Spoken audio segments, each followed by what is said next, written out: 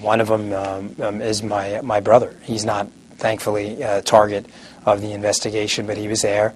A lot of these guys are friends. These are close, personal friends of mine.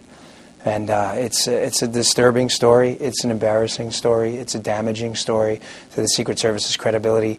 Thank God the Secret Service right now seems to be handling this the right way. They're saying all the right things. This is embarrassing.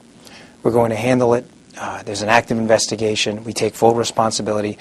No one is crawling under a rock, and that's one of our reasons also for coming out with this and getting in front of this immediately. I think the mistake people make is not necessarily the crime. That was bad enough.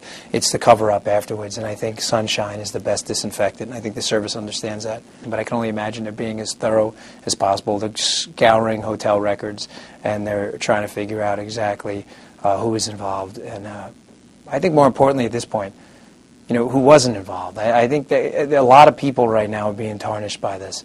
And I'm not absolving anyone of their responsibility. There were some, and this may be a tremendous understatement, so forgive me, but horrible lapses in judgment here. There's no question about that.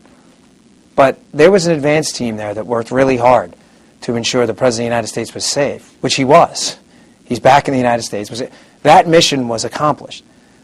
The public relations disaster that has resulted from this incredibly poor decision-making process with these guys is a different matter. The security part was done. I think it's important to keep that in perspective. There were people on this trip who had a very important job to do, and they did it.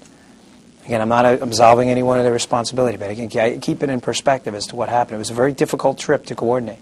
I know, I've been there on those.